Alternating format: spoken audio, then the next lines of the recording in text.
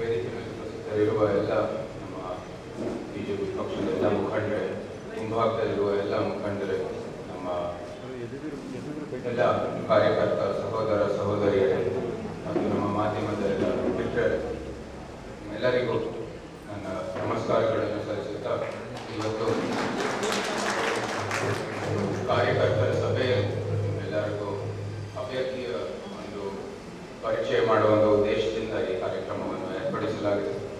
ಆದರೆ ನನ್ನ ಲೆಕ್ಕದಲ್ಲಿ ನಿಮ್ಮೆಲ್ಲರಿಗೂ ನಾನೇ ಲಕ್ಷ್ಮೀಪುರಮವನ್ನು ಆಗಿರೋದ್ರಿಂದ ನಿಮಗೆ ಒಂದು ಪರಿಚಯಿಸಲಾಗಿರೋದ್ರಿಂದ ಎಲ್ಲರಿಗೂ ಗೊತ್ತಿದೆ. ನಮ್ಮ ಜೈವಿಕ ಮನೆತನ ಹೊಯ್ಸಲ್ ಸಂಘದ ಬಲಿನೇ ಇವತ್ತು ರೋಡ್ ಮೇಲಿದೆ.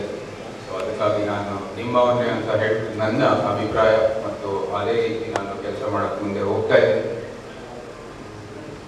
ಬಹಳಷ್ಟು ಜನವನ್ನು ಪ್ರಶ್ನೆ ಕೇಳಿ ಕುತೂಹಲ ಇರುತ್ತೆ, ಹೊಸ ಅಭ್ಯರ್ಥಿ ಬಂದಾಗ ಹೇಗೆ ಕೆಲಸ ಮಾಡ್ತಾನೆ, ಅದು ಅರಮನೆಯ ಒಂದು ಪಾರಂಪರ್ಯ ಬಂದಿರುವಾಗ ಇನ್ನಷ್ಟು ಒಂದು ಹೆಚ್ಚಾಗಿರುತ್ತೆ ಆ ಕುತೂಹಲ.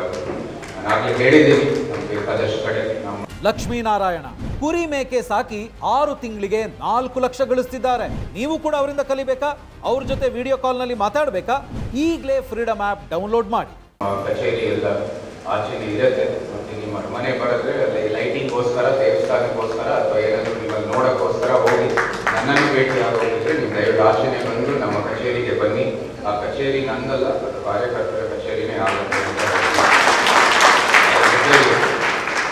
ಜೊತೆಗೆ ನಮ್ಮ ಕಾರ್ಯಕರ್ತರು ನಮ್ಮ ಆತ್ಮ ಮತ್ತು ಹೃದಯ, ನಿಮ್ಮಿಂದಾನೇ ಪಕ್ಷದ ಎಲ್ಲ ಯಶಸ್ವಿಯಾಗೋದು ಅಂತ ಹೇಳಿದ್ರೆ ತಪ್ಪಾಗಲ್ಲ.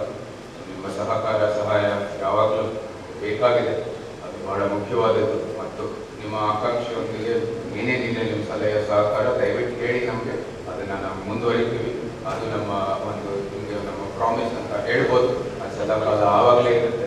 ಹಿಂದಿನ ಕಾಲದಲ್ಲಿ ಮಹಾರಾಷ್ಟ್ರ ಮಾಡಿದ್ರು ಅನೇಕ ಪ್ರಜಾಪ್ರಭುತ್ವದ ವ್ಯವಸ್ಥೆ ಅನೇಕರನ್ನು ಕೂಡ ಮಾಡಿದ್ದಾರೆ.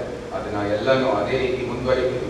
ಒಬ್ಬ ಸಾಮಾನ್ಯ ಸಂಸದನಾಗೇನೆ ನಾವು ಮುಂದುವರಿಯುವಂಥದ್ದು ನಮ್ಮ ಆಸೆ. ಮತ್ತು ಅದೇ ರೀತಿ ನಾವೆಲ್ಲ ಕೆಲಸ ಮಾಡಬೇಕು. ಅರಮನೆಯ ಪಾರಂಪರ್ಯ ಅದು ಪ್ಯಾರಲಲ್ ಆಗಿ ನಡ್ಕೊಂಡು ಹೋಗುತ್ತೆ.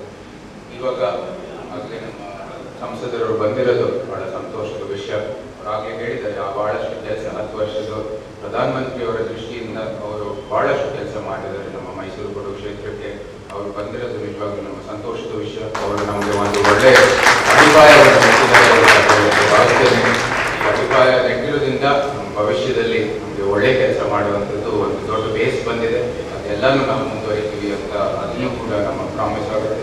ಅದ್ರ ಜೊತೆಗೆ ನಮಗೆ ಇವಾಗ ನನಗೆ ಬಹಳಷ್ಟು ಕಡೆ ಹೇಳಿದ್ದೀನಿ, ನಮಗೆ ಮಾತು ಯಾವಾಗಲೂ ಕಡಿಮೆ, ಕೆಲಸದ ಸಾಕ್ಷಿ ಆಗಲಿ ಅಂತ ನಾನು ಇಷ್ಟೇ ಹೇಳ್ತೀನಿ.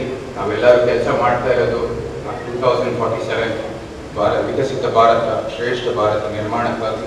ನಮ್ಮ ಮೈಸೂರಿನಲ್ಲಿ ಮಹಾರಾಷ್ಟ್ರ ಕಾಲದಲ್ಲಿ ನಾವೆಲ್ಲರೂ ಸೇರಿ ಬೆಟ್ಟ ಜಾತ್ರೆ ಸಮಯದಲ್ಲಿ ತಾಯಿ ಚಾಮುಂಡೇಶ್ವರಿಯ ತೇರನ್ನು ಎಳಿತಾ ಇದ್ವಿ. ಆ ಪಾರಂಪರೆಯ ಎಲ್ಲ ಉತ್ತರಾಧಿಕಾರಿಗಳು ನಾವೆಲ್ಲರೂ ಆಗಿ ಇವತ್ತು ಭಾರತ ಮಾತೆಯ ತೇರವನ್ನು ನಾವು ಜೊತೆಗೆ ಎಳಿಬೇಕಾಗಿರುವ ಸಹಾಯ ಮತ್ತು ಮುಖ್ಯವಾಗಿ ನಿಮ್ಮ ಸಲಹೆ ಇರಲಿ ಅಂತ ಹೇಳ್ತಾ, ಮತ್ತು ಈ ಒಂದು ಬಿಜೆಪಿ ಮತ್ತು ನಮ್ಮ ಪಕ್ಷದ ಒಂದು ಒಳ್ಳೆತನಕ್ಕೆ ಮತ್ತು ಅವರಿಗೆ ಒಂದು ಹೆಚ್ಚಾಗಿ ಮತ್ತೆಯಿಂದ ಪ್ರಧಾನಮಂತ್ರಿಯವರು ಮತ್ತೊಮ್ಮೆ ನರೇಂದ್ರ ಮೋದಿಯನ್ನು ಕಾಣಬೇಕು ದೇಶದಿಂದ ನಾವೆಲ್ಲರೂ ಕೆಲಸ ಮಾಡ್ತೀನಿ ಅಂತ ಎಲ್ಲರೂ ಆ ಕೆಲಸದಿಂದ ಒಂದು ಮನವಿಯನ್ನು ಮಾಡಿಕೊಳ್ಳೋದನ್ನು ಹೇಳ್ತಾ, ಮತ್ತೊಮ್ಮೆ ಎಲ್ಲರಿಗೂ ಕೃತಜ್ಞತೆಗಳನ್ನು ಸಲ್ಲಿಸುತ್ತಾ, ಎಲ್ಲರಿಗೂ ಚಾಮುಂಡೇಶ್ವರಿ ಒಳ್ಳೆಯ ಆರೋಗ್ಯ ಅಭಿವೃದ್ಧಿ ದಯಪಾಲಿಸಲಿ ಅಂತ ಪ್ರಾರ್ಥಿಸುತ್ತಾ ನನ್ನ 2 ಮಾತನ್ನು ಮುಗಿಸ್ತೇನೆ.